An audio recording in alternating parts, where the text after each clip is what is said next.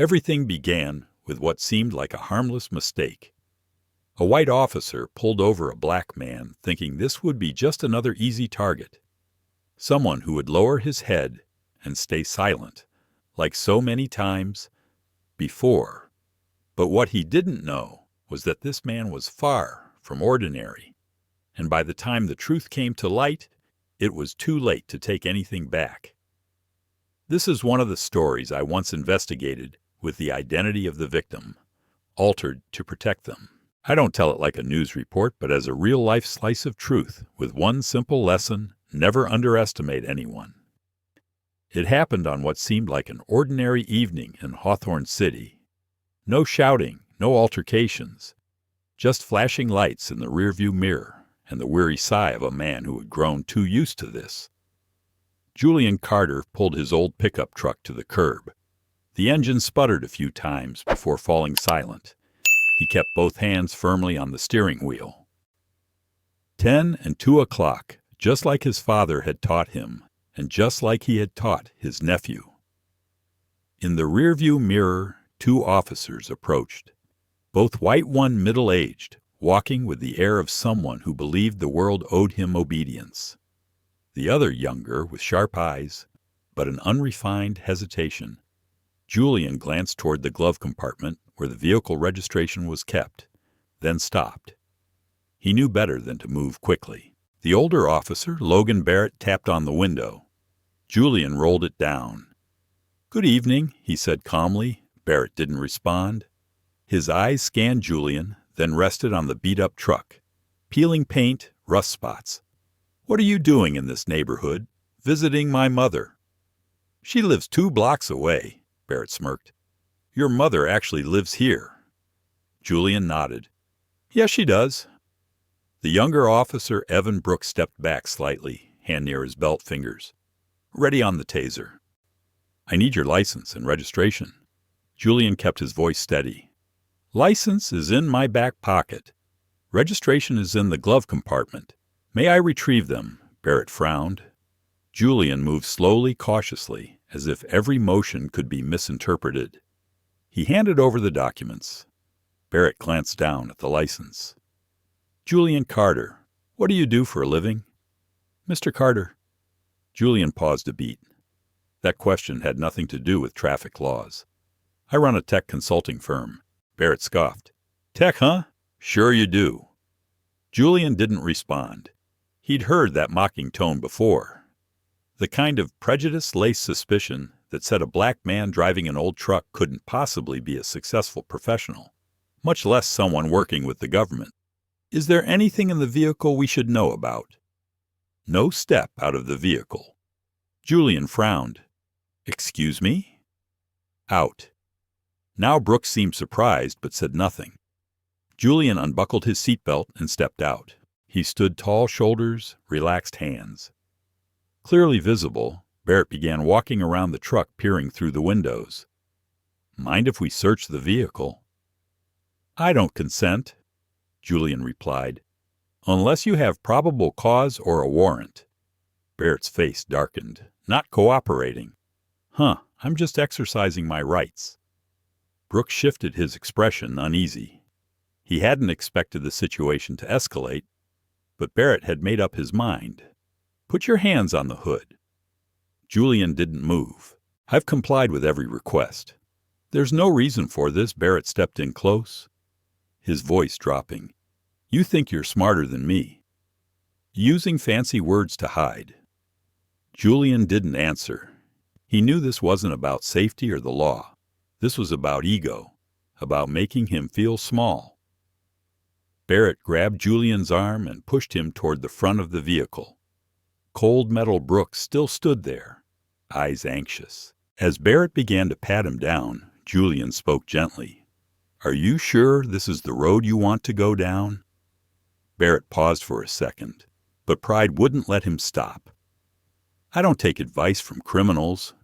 Julian gave a small smile.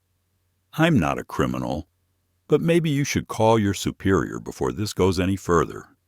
"Is that a threat?" "No, it's a warning." Just then, Barrett's radio crackled. The dispatcher's voice came clearly through the cold night air. Unit 12 supervisor requesting status update on an individual named Julian Carter. Immediate response required. Barrett's face tightened. Brooks picked up the radio. Unit 12 vehicle checked. No issues. Silence. Then the dispatcher's voice returned, now firm. Release immediately. Subject has committed no violations. Do not escalate further. Supervisor en route. Barrett turned pale. Julian looked over his shoulder. Calm. I tried to warn you. Before the two officers could fully process what was happening, a black unmarked SUV pulled up. A tall woman stepped out. White blouse, dark slacks, government badge clipped to her belt. She walked over, commanding. This stop is over. Return. Mr. Carter's documents and step away, Barrett stammered. Who are you? She held up her ID. Agent Naomi Sinclair, Department of Homeland Security. Mr. Carter is a federal consultant assisting in a national-level investigation, and you have made a serious mistake. Brooks immediately stepped back. Barrett froze. Julian took back his documents, nodded to Agent Sinclair, and calmly walked back to his vehicle. Behind him, the two officers stood like statues, while the system they once believed would always shield them now trembled beneath their feet. The white shirt, dark slacks, and the government badge clipped to her hip. She walked up with an air that didn't allow anyone to question her authority. Her voice was clear and firm. This inspection ends here. You will return. Mr. Julian Carter's documents and leave the scene. Logan, Barrett stammered. Who are you? The woman held up her badge. Agent Naomi Sinclair, Department of Homeland Security.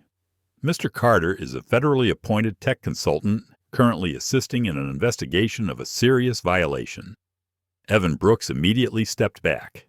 Barrett stood frozen, mouth open, but unable to say a word. Julian took back his documents, lifted his chin, and said calmly, Next time, before you decide who someone is, maybe ask first. He nodded in thanks to Agent Sinclair and walked back to his car. The two officers remained standing there motionless, as if the ground beneath them had just shifted completely. The next morning, not a single line in the papers mentioned the name Julian Carter, just as he wanted no noise, no coverage, only silence. And in that silence, Julian could continue what he had started. At home, he sat at the kitchen table, a steaming cup of coffee beside a thick stack of files. On his laptop screen, data poured like a waterfall. Complaints, use of force reports, internal records. His own system had triggered the alert months ago, a surge in traffic stops occurring in predominantly black neighborhoods. People of color were being pulled over at twice the rate of white drivers. Many of the searches had no justification. Numerous arrests were made without charges. The two names that appeared most often, Logan Barrett and Evan Brooks, the very officers who had stopped him that night. But it wasn't just about two individuals. The software Julian had developed was designed to detect interconnected networks from signs of cover-ups and misreporting to complex schemes.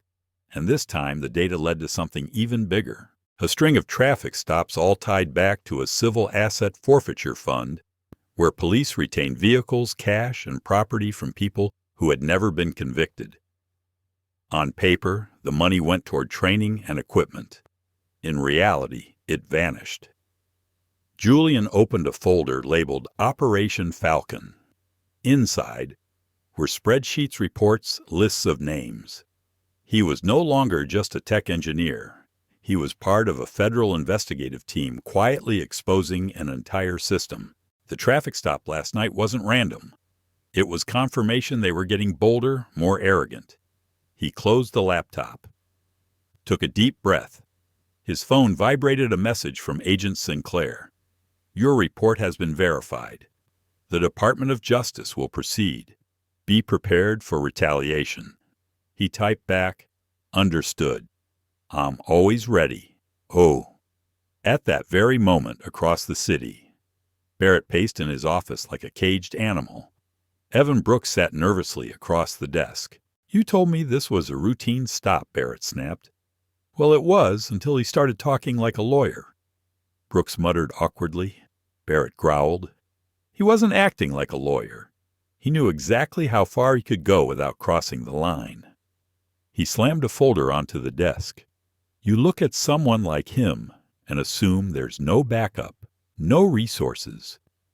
But we were wrong. Brooks swallowed hard. So what now? Barrett was quiet eyes narrowing. We have to get ahead of this. Make him the problem before he makes us the target. That afternoon, Julian arrived at his office, a modest 2-story building tucked away in a quiet corner of Hawthorne City. No company sign on the door, just a discreet number. Inside his team was already waiting. Sierra Monroe, head of cybersecurity. Caleb Foster, data analyst. Aria Bennett, legal advisor. No explanation was needed. They'd seen the footage, scanned the data. They knew what was happening. Sierra spoke first. You want us to lock the whole system down? Already done, Julian replied. But now it's time to go on offense.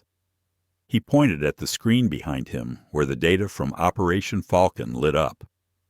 We have enough evidence to expose the abuse. But if we release it now, they'll say it was just a misunderstanding, a few bad apples. Caleb nodded. So what's the plan? We bait them, Julian said. Sierra frowned. You want to provoke them? No. I want them to keep doing what they've always done, underestimating people they think are nobody. He paused. Only this time, they picked the wrong one again. That evening, Julian visited his mother, Margaret Carter. She embraced him with the scent of lavender and old family recipes. Back with that look again, she said. What look? The one that spells trouble. Julian smiled. Trouble's already here, but this time it didn't come because of me. She sighed gently, brushing his cheek. You always think you can fix the whole world, and someone has to start Mom. Meanwhile, Barrett made his move. He contacted a local reporter feeding them a fabricated story. The man claiming to be a federal tech expert actually has a civil lawsuit. History has shown signs of anti-police behavior. An old trick smear. But this time he miscalculated one thing. Julian wasn't just preparing to defend. He was planning to strike back, and this time the ones watching weren't just his team or the Justice Department. All of Hawthorne City was watching. As the sun rose over Hawthorne City, the morning news began flooding television channels and social media. But the article Sergeant Logan Barrett had hoped would distort the truth didn't get the reaction he had predicted. The report was rushed and vague, filled with unclear accusations aimed at Julian Carter, claiming he had been involved in lawsuits held anti-police sentiments and that his tech work was somehow questionable. The same tired tactics, all too familiar. But this time, the response came from places Barrett didn't expect. Not random strangers. The people who stood up were pastors, small business owners, parents whose children had taken Julian's free tech classes, and even veterans he had helped transition into civilian careers. Online people didn't share the smear piece. Instead, they shared their own experiences with Julian. He installed a free security system in my store. Thanks to him, my son got his first job. I've known Julian for over 20 years. He lives with integrity. The counterattack was swift and strong. In a cramped office, Barrett slammed the article onto his desk, face flushed red. What the hell's going on? Evan Brooks stood pressed into a corner, his face pale. I think we misjudged him. You think that's why we picked him. Barrett snapped, because we thought he had no one behind him, no protection. But we chose wrong, Brooks murmured. So what now? Barrett leaned in, his voice lower but ice cold. We make him slip. No one stays perfect forever. If he doesn't stumble, we'll make him. In his quiet office, Julian was in a meeting with his team. On the screen, Sierra Monroe displayed fresh data from illegal traffic stops. We've traced 2 officers, she said. One is Barrett. The other is planning an unauthorized surveillance tonight. Julian frowned. Targeting who? Caleb Foster chimed in. You. They've flagged your truck in the system. They're setting up a non-official stop point. Aria Bennett looked at him with concern. We can notify the Department of Justice now. Shut it down. Julian shook his head. Not yet. If they're staging a trap, we can flip the board. Get video, audio, concrete evidence. They're targeting me. Sierra hesitated. You're turning yourself into bait. Julian gave a thin smile. I'm just giving them a choice. If they go through with it, they expose themselves. If they back off, they show they're afraid. He looked around at each member of the team. Whatever they choose, we win. That night, Julian drove his old pickup along the route the team had discovered. Just as predicted, 2 patrol cars were waiting at an intersection not listed on any official checkpoint map. As he passed the stop sign, red and blue lights flared behind him. The same old playbook. But this time, Julian was ready. His dash cam was live streaming to a secure server. Behind him, 2 witnesses, a local pastor and a retired judge, were discreetly following in another car. Both were respected community figures. Logan Barrett was the one who stepped out of the patrol car. Out of the vehicle, Mr. Carter. Julian kept his hands visible and stepped out slowly. What's the charge this time? Barrett squinted. We'll talk about that in a minute. Julian stayed calm, his eyes drifting to the vehicle behind him. The 2 witnesses had started recording. Barrett was too focused on controlling the scene to notice. You're evading a lawful check, Barrett declared loudly. Julian raised an eyebrow. This is my first stop tonight, and it's not lawful. No signage. No warrant, Barrett growled. Step aside. Now Julian complied, still composed. You're making a mistake, Sergeant. No. Barrett replied, the mistake is thinking you can play games with an entire police department. Julian gave a faint smile. But I'm not the one playing games here. Just then, headlights from an unmarked SUV lit up the scene. The door swung open. Agent Naomi Sinclair stepped out, followed by 2 federal investigators and a local news crew. Julian had quietly notified. Cameras started rolling. Bright lights flared. The entire game shifted in an instant. Sinclair strode forward. Sergeant Barrett, this stop is over. You and your team are to cease all activity immediately. Barrett couldn't say a word. He looked like a man ready to fight, only to discover he was on live TV. Julian stood tall. I already gave 1 warning, he said quietly. I won't have to give another. A federal investigator read Barrett his Miranda rights aloud. The camera captured every word. Evan Brooks, the younger officer, didn't resist. He simply dropped his flashlight and stepped back, eyes wide with fear. The next morning, the headlines told a different story. Community leader targeted by police. Exposes corruption network illegal traffic stop under DOJ investigation. Me, Julian Carter. From tech consultant to catalyst for change. But for Julian, the spotlight didn't matter. What he was after wasn't fame. It was purpose. Because the system had tried twice to crush him, and twice it failed. But this time he didn't just survive. He turned the tide. The morning after Logan Barrett was arrested, the atmosphere in Hawthorne City felt different.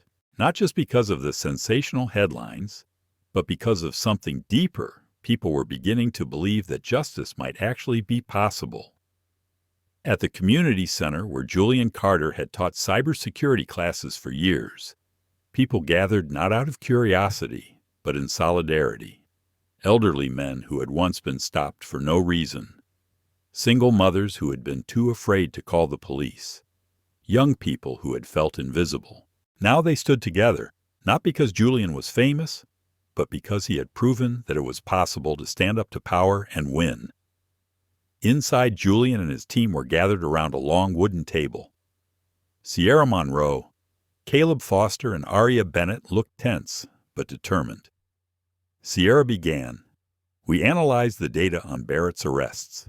He fabricated reports for years, dozens of traffic stops, most of which never even went to court. Caleb continued. We cross-checked with the Asset Forfeiture Fund. The money seized from drivers was funneled into off-the-books accounts.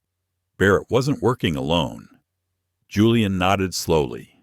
We expected that. But the question is, how deep does the network go?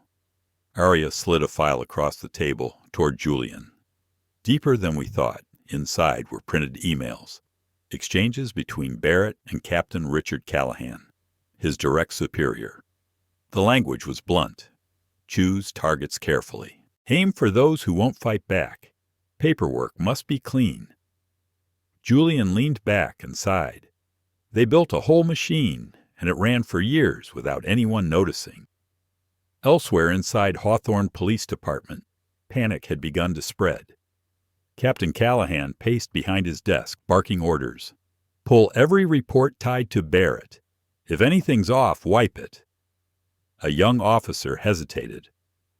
Sir, the Department of Justice has already started locking the files.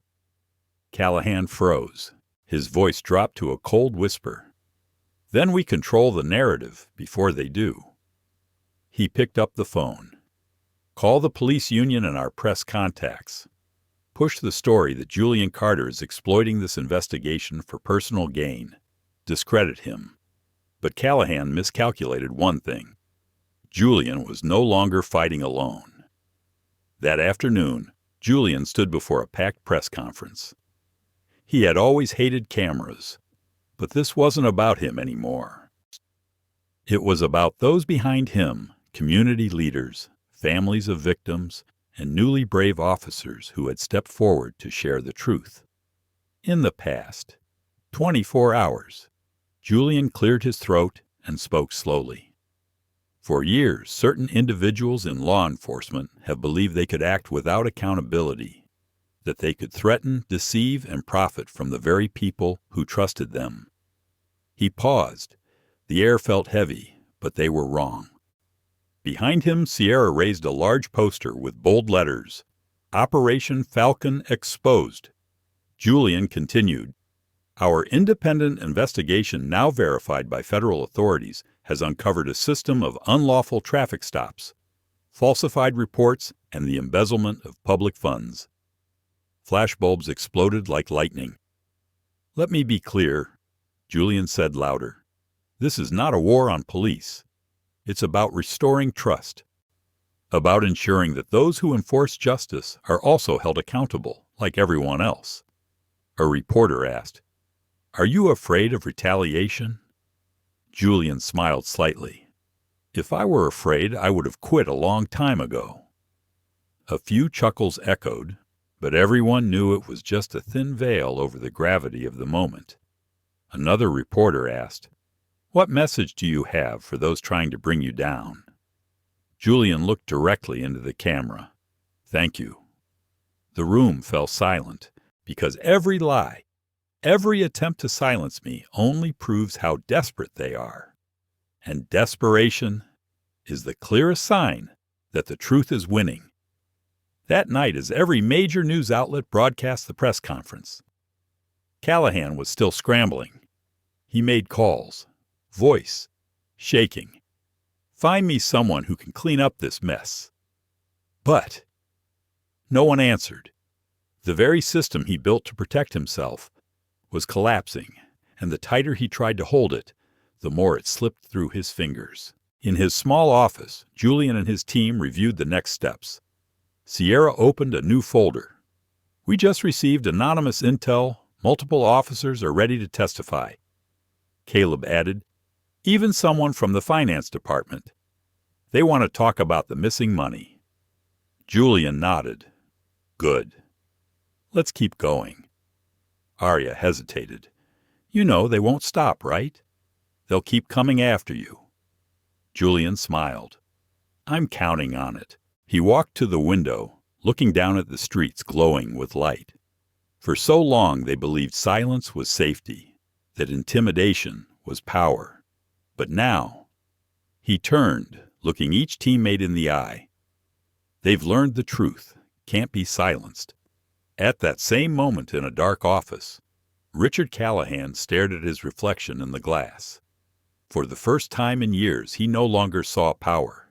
He saw fear. Because the man they had once dismissed, the one they thought was an easy target, had now become something they couldn't escape. The truth and accountability. By morning, the battle lines were clear. The press split into two sides. One from Callahan's supporters, tech consultant, exploits investigation for personal gain, and the other from independent media and community organizations sharing something far bigger. Whistleblower speaks out. Operation Falcon, larger than imagined. Julian Carter paid no attention to the headlines spreading across the media. The only thing he cared about was the next step. In the small office he and his team gathered once again, Sierra Monroe pointed to the latest report. The whistleblower from the finance department has confirmed it. The asset forfeiture fund was funneled into a fake charity called Hanley Controls, created by Callahan himself, Caleb Foster added. From there, the training fund was withdrawn and rerouted to personal accounts. Aria Bennett leaned forward, her voice tense. It's not just Callahan. 2 city officials also signed off. It might involve the mayor's office. Julian took a deep breath. They had enough to trigger a city-level investigation, but that still wasn't enough. They needed public pressure. They needed to show people what had been hidden and fast, before Callahan made his next move. At the same time, in a closed room inside police headquarters, Richard Callahan wasn't sitting idle. In front of him were the police union president and 2 officials whose names had just been exposed. We're holding a press conference, Callahan ordered. Accuse Julian Carter of data breach and tech espionage. Paint him as a criminal. The union president hesitated, but we need evidence. Callahan gave a cold smile. We don't need evidence. We just need to plant doubt. One of the officials asked cautiously, what if the DOJ moves first? Callahan replied firmly, then it's over. So right now, we play dirty. That afternoon, Julian's team struck back by hosting a public town hall, live-streamed open to the public press and community. No closed doors, no lawyers, no limits, just the truth. The hall was packed. Some had never trusted the police. Others had once defended them, but now they all came driven by a shared sense of betrayal. Julian stepped up to the podium. He didn't speak like a man seeking revenge. He spoke like a man carrying the truth. For years, Operation Falcon operated on the belief that no one would notice, that the victims would stay silent, that data would be forgotten. He paused. The room fell quiet. But they were wrong. Behind him, a massive screen lit up. Names, faces, and stories. Real people who had been pulled over, arrested, wrongfully fined. Many of them were sitting in that very room.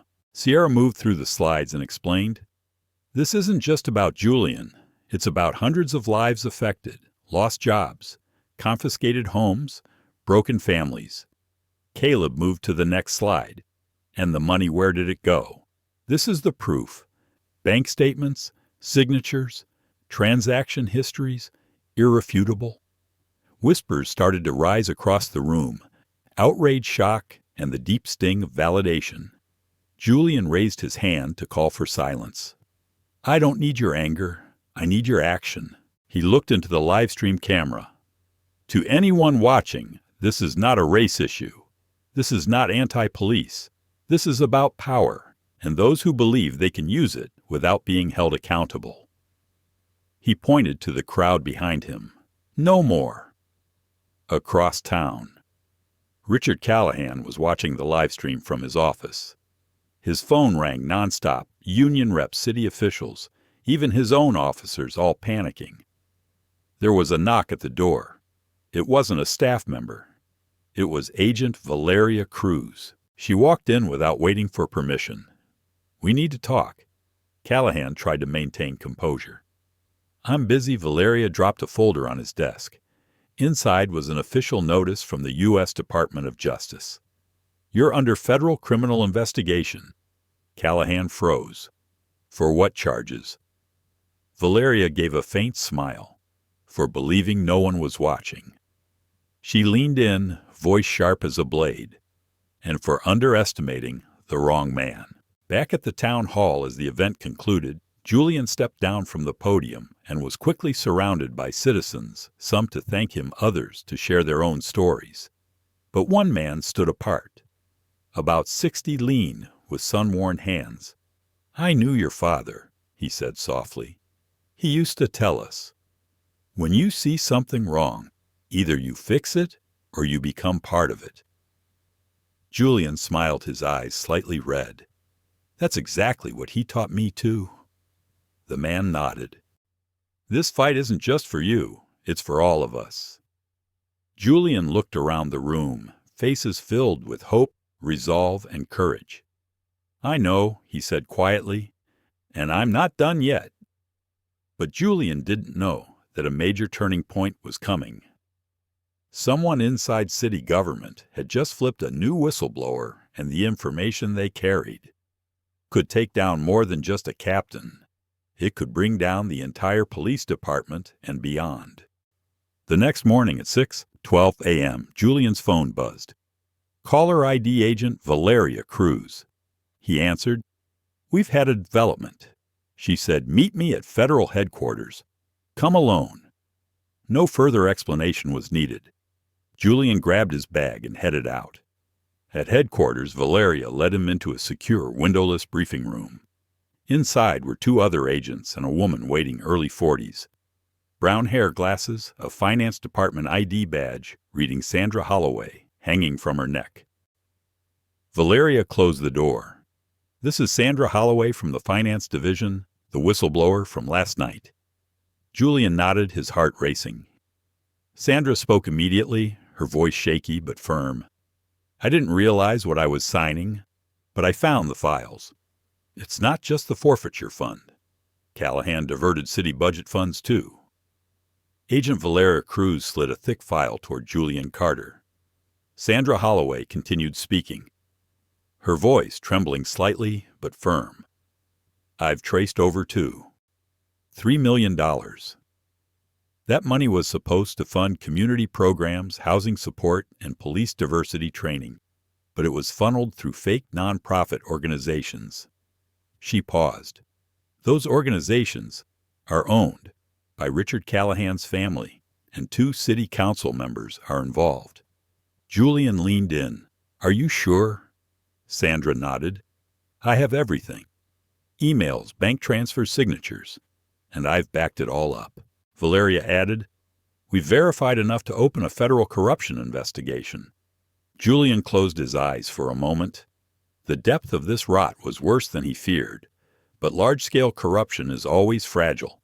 It relies on too many people staying silent. And now that silence had been broken, at Hawthorne Police Department, Richard Callahan was spinning out. News of the whistleblower in finance was spreading faster than he expected, staff whispered behind his back. Some avoided eye contact altogether. Callahan stormed into the conference room. "Listen up," he shouted. "No one talks to the press. No one touches the DOJ. Anyone who leaks info, fired immediately." The room fell silent, not out of obedience, but because everyone was weighing their options, stay or run. Callahan could feel it. Loyalty had evaporated. Only fear remained, and fear spreads quickly. At Julian's office, the team convened for an emergency meeting. Sierra Monroe scrolled through the latest data. This one's massive Caleb Foster gave a low whistle. "This won't just take down the police department. It could flip the entire city council." Aria Bennett frowned. "But it won't be easy if we go public. They'll strike back harder than ever." Julian nodded. "I know." Sierra looked him in the eye. "So what's the next move?" Julian drew a deep breath. "We go public, but not like last time." He pulled out his phone. "I'm calling every contact I've got. Journalists, community leaders, retired officers, victims ready to speak up." He smiled faintly. "We're not dropping a bomb. were starting a system-wide purge. The plan went into motion that very night.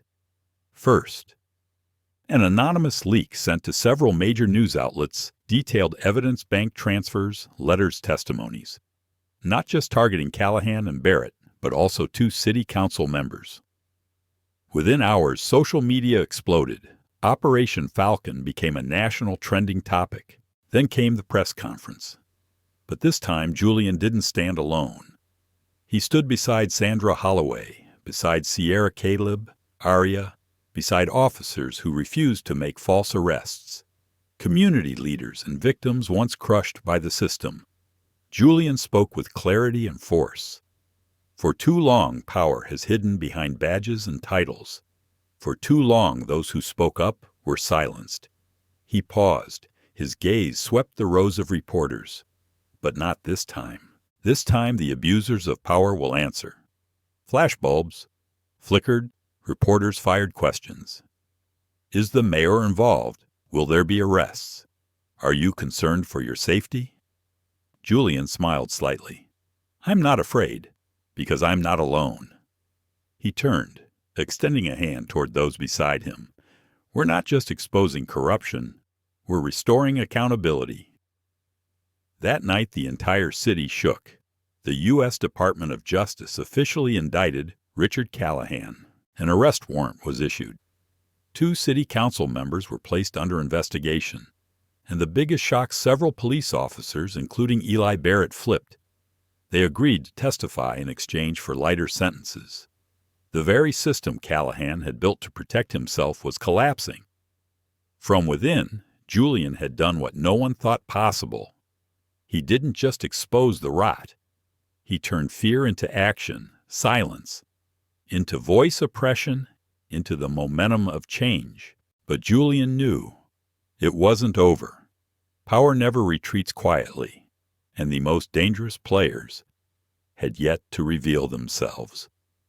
The next morning, Julian Carter's name wasn't just in the news. It was whispered in internal meetings, inside the mayor's office, on the lips of people who had once felt powerless. The purge had begun, but so had the counterattack. At City Hall, behind closed doors, a group of powerful individuals gathered. Not just police, not just officials, but business owners, contractors, political donors, all tied to the network Julian had just exposed. A cold voice spoke. We underestimated him. That was a fatal mistake. Another asked, so what do we do now? Destroy him completely, dig into his past, fabricate evidence if needed, and if all else fails. The voice paused. End him silently. The room went still. This was no longer about cleanup. This was a war for survival. Meanwhile, at Julian's office, the team met again. Sierra displayed fresh intel. Since the press conference, we've received anonymous threats. Ghost emails, someone even tried to breach our system. Caleb added. Traces point to an external contractor, hired by the city. Aria clenched her jaw. This isn't legal warfare anymore. They're trying to silence us by any means. Julian nodded, his voice low. I expected this. Just then, his phone buzzed. A text from an unknown number. We see you, stop, or you'll pay the price. Sierra glanced over his shoulder. This isn't a prank. Julian slipped the phone into his pocket. That's not a threat. That's confirmation. He turned to face his team. We're scaring them. That means we're doing something right. We're tightening all security protocols. No one works alone. We don't lose momentum. Julian Carter pointed at the stack of files on the conference table. Because their fear is the clearest sign we're winning. That night, Julian's phone rang. It was Agent Valeria Cruz. We intercepted some communications. They're no longer just trying to discredit you, I figured Julian replied evenly. We believe a private security group has been hired, off the books untraceable, to make the problem, name me, disappear. Julian let out a dry laugh. We're increasing protection for you and the team. I appreciate it, but I won't crawl into a bunker. That's exactly what they want. Valeria paused for a second. Then be ready. They're desperate. Julian replied softly. So am I desperate to end this. The next morning the attack came. Not with weapons, but with lies. A major media outlet released an exclusive report. Federal whistleblower under investigation for fraud and tax evasion. The article was packed with fabricated allegations, manipulated data, and anonymous sources claiming that Julian had used Operation Falcon data for personal gain. Within minutes, social media erupted, half outraged, half skeptical. Another fake hero. Corruption in plain sight. Is this true? I used to believe in him. Sierra Monroe slammed her hand on the table. They're trying to ruin your credibility before the DOJ can indict them. Caleb Foster added, if they succeed, public support will collapse. Witnesses might withdraw. Julian stayed calm. He picked up his phone. It's time. That afternoon, Julian Carter held a press conference. No podium, no spotlight. He stood surrounded by Agent Valeria Cruz, victims' whistleblowers, and this time civil rights lawyers. The state's attorney and former officers who had once feared speaking out. Julian opened the lies told today were entirely predictable. Power never retreats quietly. It always tries to poison the truth before the truth completes its work. He paused briefly, but there's one thing they didn't anticipate. He nodded at Valeria. She raised a thick file. The Department of Justice reviewed every accusation. Not only are they false, but the sources cited in the article have direct financial ties to the very officials under indictment. A reporter shouted, "Do you have proof?"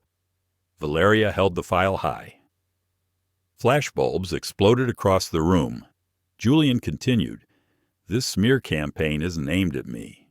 It's aimed at accountability, at everyone who ever dared to say enough." He looked straight into the livestream camera.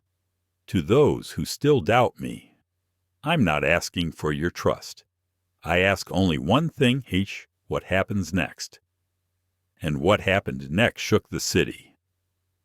Federal agents executed simultaneous search warrants at Hawthorne Police Department headquarters, the homes of city council members.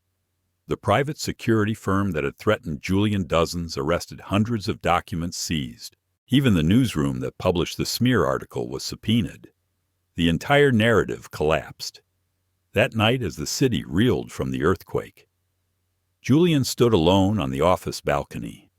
He looked down at the glittering city lights, a community he had once tried to protect in silence. Now, that was no longer possible. He had become the face of a movement, not because he wanted to be, but because silence was never an option.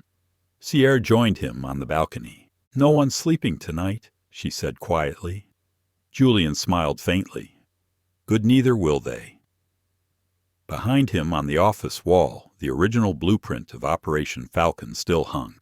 But someone had crossed out the word Operation and written a new word above it by hand. Justice. The next morning, the city wasn't just watching. They were waiting to see if truth could overcome power, or if power would survive once again, as it always had. Julian awoke to dozens of messages, from strangers offering thanks, from acquaintances, business leaders, pastors, retired officers, all expressing gratitude. But one name caught his attention, Lieutenant Rachel Pierce. The message was just one line. "We need to talk. I have evidence that could change everything." That afternoon at a quiet diner on the outskirts of town, Julian met Rachel Pierce. She wore simple clothes, her face tired but resolute. "I've seen enough rot in this department," she began, "but what Richard Callahan did goes deeper than anything you've uncovered." She slid a USB drive across the table to Julian. "These are body cam recordings from Eli Barrett and several other officers. They were supposed to be wiped from the system, but I saved them." Julian frowned. "How bad is it?" Her voice turned cold. Bad enough that Callahan didn't just target people like you. He targeted officers who wouldn't play by his rules. She leaned in lower. One of the officers. The so-called accident that killed him. It wasn't an accident. And that private security firm, they didn't just threaten you, they were used to threaten us too. Julian held his breath. This wasn't just a corruption scandal anymore. This was an organized criminal conspiracy. And now they had the proof. Back at the office, the team gathered. Sierra plugged the USB into the secure server. The screen lit up. The footage began to play. Unlawful traffic stops. Direct threats from Richard Callahan. Footage of him ordering the destruction of evidence. And the final clip, a private meeting. Callahan speaking bluntly. The council will cover for us. They've done it before. They owe me. Caleb Foster's hand clenched tightly. Arya Bennett whispered, "This is it. This will bring the whole system down." Julian Carter nodded. Not just the system, but the illusion that silence is safety. The next morning, Julian met again with Agent Valeria Cruz. She reviewed the footage from the USB.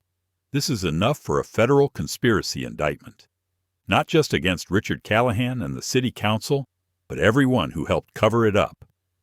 She paused, eyes on Julian. But if we act now, the city's entire leadership structure will collapse. There will be backlash. Julian didn't hesitate.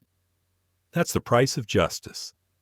Valeria looked at him for a long moment. Are you sure? Are you ready for this? Julian gave a faint smile. I wasn't ready when they pulled me over that night. Wasn't ready when they smeared me. Threatened my team. But now I am. The next 48 hours hit the city like a storm. The police headquarters was raided. Richard Callahan was arrested at his home. Multiple city council members were let out in handcuffs. Business owners, contractors indicted. The private security firm dismantled. And for the first time in Hawthorne City's history, dozens of officers filed lawsuits against their own department for harassment and intimidation. The walls of power crumbled. The truth stood tall, unshielded. That evening, a press conference was held. Julian didn't stand alone. Lieutenant Rachel Pierce stood beside him, along with witnesses, activists, and citizens who once doubted him. Now allies, Julian spoke. This fight was never just about me. It was about what happens when power forgets it exists to serve the people, not rule them. He looked around the packed room, flashing with cameras. They thought they found an easy target, someone with no backup, a voice they could silence.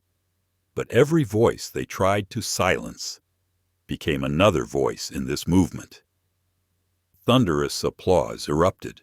At the police department, the newly appointed interim chief, a respected retired officer selected by federal authorities, addressed the remaining staff. I know you're afraid, but fear can paralyze us or push us to be better, and starting today, we choose better. Late that night, Julian returned to the office. The streets were quieter, not silent, but peaceful. Sierra, Caleb, and Arya were there reviewing reports. You did it, Sierra said softly. Julian shook his head. We did it. Arya smiled. So what now? Julian looked out the window at the city lights. Now we make sure this never happens again. On the whiteboard, beneath the word justice, someone had written a new line. Accountability is only the beginning. But Julian knew. Truth was only the first step. The system had been exposed, but systems can rebuild, and power always looks for ways to return in the shadows. He was no longer naive. He was ready. The next day, the media no longer focused on the arrests. They focused on the aftermath, city in shock. Over police corruption scandal, arrests continue. Amid federal oversight, DOJ takes control as citizens. Demand reform. Black tech engineer uncovers. Decades-long conspiracy. Julian should have felt relief, but he didn't. Exposing corruption is one thing. Restoring trust, that's another. At the office, Julian convened the team Sierra. The DOJ has arrested 23 people. Callahan, Barrett, and the council are all facing federal charges. Caleb community response is positive. The Victim Support Fund is growing fast, Aria, but there are still threats. From former officers, from unknown sources. Julian nodded. I know they won't go down quietly. He looked toward the whiteboard. Justice. Accountability is only the beginning. The fight's not over. We've torn down the old system. Now they'll do everything to stop us from building something new. Sierra asked, So what's the next step? Julian was about to answer when his phone buzzed, a message from an unknown number. We're not done. You destroyed lives. Now it's your turn to pay. Caleb glanced over, his eyes narrowing. They're panicking. Julian stayed calm, and desperation always leads to mistakes. The next morning, Julian met Valeria outside the federal building. She crossed her arms, holding a file. We traced the threats. They're not random. She opened the file. Inside was a list of former officers who had not been indicted. They've regrouped, calling themselves the Shield. Julian frowned. A counter-movement, Valeria nodded. They blame you for everything. Lost pensions, ruined reputations. And now, they're planning something. What kind of plan? Not clear yet, but we believe you and anyone who helped uncover this are targets. Julian sighed. They're trying to finish what they started. Valeria nodded. But this time, we're ready. That night, Julian gathered the team once more. Sierra had reinforced all digital security. Caleb was tracking abnormal online activity. Aria was coordinating with community leaders and honest officers. But Julian had something else in mind. We're not just going to defend. We're going on the offensive. We'll face them head on. Julian Carter spoke firmly, his voice unwavering. Sierra Monroe raised an eyebrow. Face them how Julian smiled, by leaving them nowhere to hide. 2 days later, a massive community forum was held at Monroe Hall Cultural Center. Over 600 people attended, victims, activists, journalists, and both active and retired officers. On stage, Julian approached the podium. This isn't just a story about corruption. It's a story about what happens after. He gestured to the hall. Accountability doesn't stop at arrests. It means we have to stand together and protect what we've built. And that includes confronting those who want to drag us backward. He paused. To the group calling itself the Shield, I have only one thing to say. You won't silence us. Not now. Not ever. Thunderous applause, camera flashes everywhere. But Julian wasn't done. Tonight, we're announcing the formation of a new organization, the Community Alliance for Transparency and Reform. Behind him, a massive banner unfurled with the name in bold. The hall erupted in cheers, but in the back row 2 men stood silently, eyes full of resentment. Former officers, me. One pulled out his phone. It's time. That night, as Julian and Sierra left the event, a black SUV silently followed behind. Sierra squinted at the rearview mirror. We're being tailed, Julian nodded. I see it. Caleb Foster patched in over speakerphone. Stay calm. Valeria's team is tracking.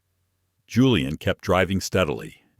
The SUV maintained distance until they turned onto a quiet road near the office.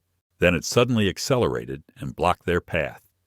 2 men stepped out, not in uniform, but Julian recognized them. Former officers flagged for threats. One held a metal rod. The other zip ties. Sierra reached for her phone, but Julian raised a hand. Wait.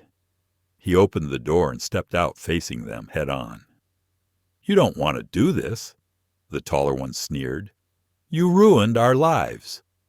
No, your choices did that, Julian replied. The other advanced. Time for you to shut up.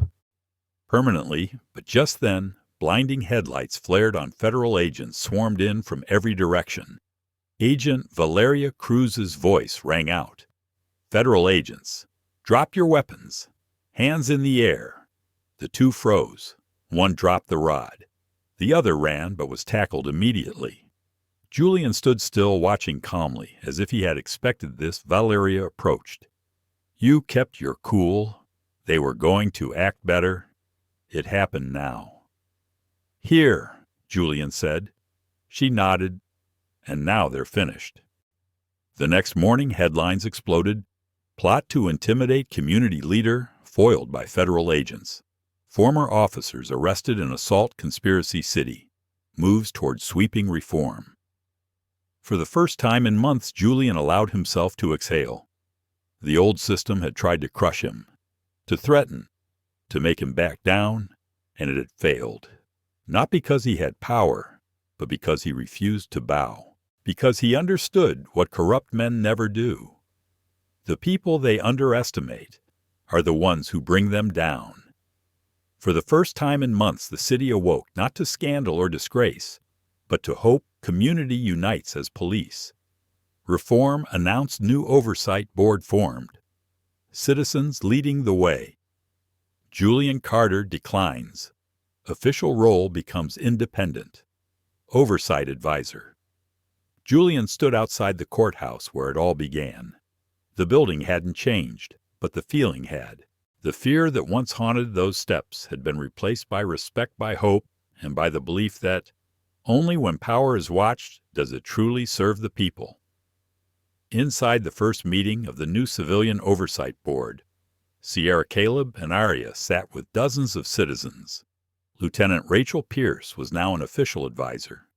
Sandra Mills had become Director of Transparency. The room was packed with residents, victims, activists. People who now believed their voices mattered. Julian didn't go in. He didn't want a seat at the table, didn't want to vote on motions. His role was different now. He was the eyes outside. The reminder that even reformed systems still need oversight. As he turned away, Valeria Cruz appeared. "You sure want to stay outside?" Julian smiled softly. "Outside. I'm just moving to a different part of the battlefield." She nodded. "I thought so. We've gotten calls from other cities. They want to learn how you did it here." Julian grew quiet. "It wasn't just me, I know. But you were the one who showed them it was possible." She handed him a small folder. One city showing early signs, same pattern. "If you're willing to help." Julian opened the file. Names, data, evidence. More people being underestimated. He nodded. "Of course, this fight isn't over." That night, Julian returned to the office, the place that had once been the heart of the campaign. But now it was no longer just an office. The place that once served as Julian Carter's team office now looked every bit like the headquarters of a true movement. Sierra Monroe had just updated the whiteboard. Justice accountability is only the beginning. The fight continues. And beneath it, in bold, messy black marker, never underestimate anyone. They spent the entire night reviewing new reports, new complaints, communities reaching out from across the country, asking for guidance. Caleb Foster paused, looking up at Julian. "You ever wonder what would have happened if they hadn't pulled you over that night?" Julian smiled softly all the time. "But if that night hadn't happened, I wouldn't be here. This team wouldn't exist. And none of this change would have begun." Arya Bennett nodded. "Sometimes the worst moments lead to the best outcomes." Julian looked at each of them. They thought it was just another traffic stop. Another ordinary man, just a name they'd forget after writing up the citation. He paused, his gaze sharpening, but they forgot one thing. Sierra grinned and finished his sentence. "Never underestimate anyone." At that same moment across the city, former victims of Project Falcon were slowly rebuilding their lives. A man opened a small auto shop after years of having his property seized. A single mother who once feared calling the police was now teaching other parents about civic rights. A young man once wrongfully arrested was now studying law. "I want to become the lawyer I wish I'd had back then." he told Julian, his eyes full of pride. Even the police academy had changed. A new required course: community trust and professional responsibility. The first to teach it, Lieutenant Rachel Pierce. She stood before the new cadets and said, "Never assume the person you pull over is powerless. Never mistake silence for submission. And absolutely never underestimate the person in front of you." Months later, as the city settled into its new order, Julian received a letter. No sender name, just a return address from a distant state. Inside was a handwritten note. "They underestimated me once, but seeing you stand up gave me enough courage to begin my own fight." "Thank you," enclosed was a newspaper clipping. Small-town police chief indicted. After community-led investigation. Julian folded the letter, sitting in silence for a moment. The ripple effect had begun. That night he stood alone on the office balcony. The city stretched out before him, imperfect, but shining clearer, more beautiful than before. Not because of him alone, but because of every person once dismissed who had chosen to rise. Every voice that had once said, "Enough," because corruption feeds on silence, but accountability, it lives on courage. The wind stirred gently as Julian whispered to himself, a quiet echo from that very first night. Never underestimate anyone. Somewhere out there, he knew someone else overlooked, dismissed, forgotten, would rise. And this time, they wouldn't stand alone. This fight was never about one man. It belonged to all of us, and it always will. Some stories don't end. They echo. Julian Carter's journey wasn't just about exposing a system. It was a reminder to all of us. Never underestimate the quiet man, the overlooked woman, the person who stays calm while others scream. Because strength doesn't always shout, and justice doesn't always wear a badge or robe. Sometimes justice lives in those who stand up when giving up would be easier. Choose truth, knowing it will cost them, and persevere, even when silence is demanded. To those reading this, especially those who've lived long enough to know how the world really works, remember this: it's never too late to make change, and never too small to start it. Your wisdom, your experience, your endurance, they are the tools to rebuild what's been broken. The fight for justice isn't a moment, it's a commitment, and it belongs to all of us. If this story reminded you of your own strength, or someone you once knew who refused to stay silent, share it. Spread the truth. And remember, no one should ever be underestimated. Your voice matters, and together we can make silence no longer an option. Perhaps after following this entire story, you, like me, feel one undeniable truth. Silence is no longer an option. Julian Carter is not a superhero. He doesn't wear a badge, doesn't hold a powerful title, and has no influential backing behind him. What he does have is the courage to speak up, and the belief that an ordinary person can spark extraordinary change. From what seemed like a routine traffic stop, he went on to expose a corrupt system that had been festering for years. But Julian's true strength didn't lie in data. It came from his resolve, his belief in justice and community, and in standing firm, even in the face of threats and slander. And most importantly, he never fought alone. It was the people who had been dismissed, overlooked, written out of the story, who rose up, and when they stood together, they didn't just resist fear. They rewrote the chapter, one built not on fear, but on hope and action. This story isn't just about one man's journey. It's a reminder to each of us that you, me, anyone can be the Julian Carter of some community somewhere. And maybe tomorrow a nameless letter will arrive carrying a message that reads, "I followed your story and now I'm beginning my own fight." If this story moved, you let it not end here. Hit like if you believe this was a story worth telling. Hit share to spread the truth that once the light shines, it cannot be extinguished. And subscribe to this channel so you don't miss the next story about quiet people who never give up. Because the fight for justice is never just one person's fight, and no one should ever be underestimated, especially when they stand for the truth.